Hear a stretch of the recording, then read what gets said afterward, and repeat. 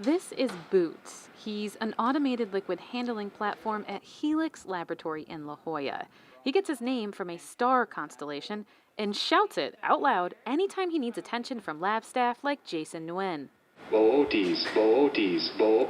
Well, he has trouble with the double O, so it's Booties. So it's Boots, but we can't get a robot to say that. In a room full of similar devices, Boots' calls alert Nguyen that his machine needs help.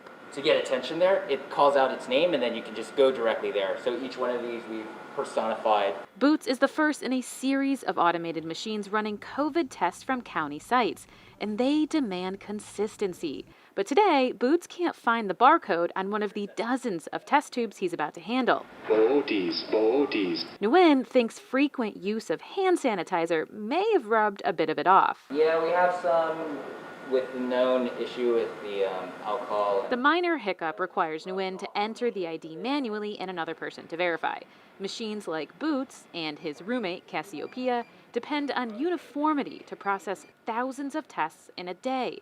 But their services and the daily supplies needed to keep them running are in high demand across the country. We're doing something like 600,000 tests a day in the US. 6 months ago, we didn't do any of those. Mark Laurent is vice president of operations at Helix, the lab where Boots resides.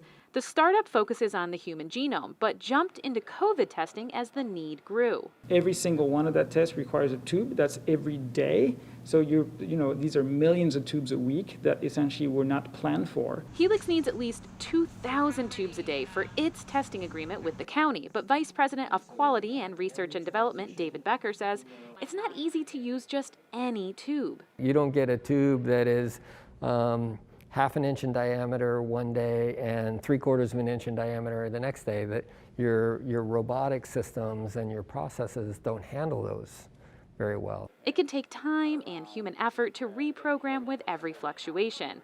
Helix operations head Laurent says they work directly with producers to better handle any upcoming challenges. We've been working directly with the manufacturer to understand what option they had at time for a given week. To understand, okay, so the normal supply is constrained. Do you have another tube that's close enough that we could adjust to and work with? There are even greater constraints on the chemicals that help detect coronavirus and plastic tips that pour them, called pipettes. Machines are proprietary, and these components aren't always interchangeable. Plus, about a dozen pipettes are required for every specimen, and they're each tossed in the trash after use. This can mean limited options when a supplier runs out. County health officials dealt with a similar dilemma earlier this month. A supplier said it had to temporarily cut the county's weekly shipments of collection materials, also known as testing kits. We were facing a real tough situation of needing to close down some of our county testing sites. County Health Agency Director Nic McVicker says Helix provided a last-minute reprieve. Our ability to test will stabilize because of this new partnership. But we're always looking to bolster our resources. In fact, that's how we found Helix. CEO Mark Stapley said Helix made some decisions to help reduce restrictions on its testing kits. They selected a type of swab that's more abundant, at least for now, and a transport media that can stay at room temperature instead of chilled. You need the refrigeration either in the packaging or the transportation itself in order to keep everything at a stable temperature. And so we've obviated that issue with the supply chain by picking the transport media we did. Still, the company will have to further navigate the challenges as it plans to significantly expand its testing capacity to 10,000 by the fall, and possibly even grow to 25,000. That'll use other machines known as sequencers that Helix staff nicknamed Vesuvius and Fuji. But the first stop in the process will still be Boots. Booties, booties. Sorry, Booties. Taryn Mento, KPBS News.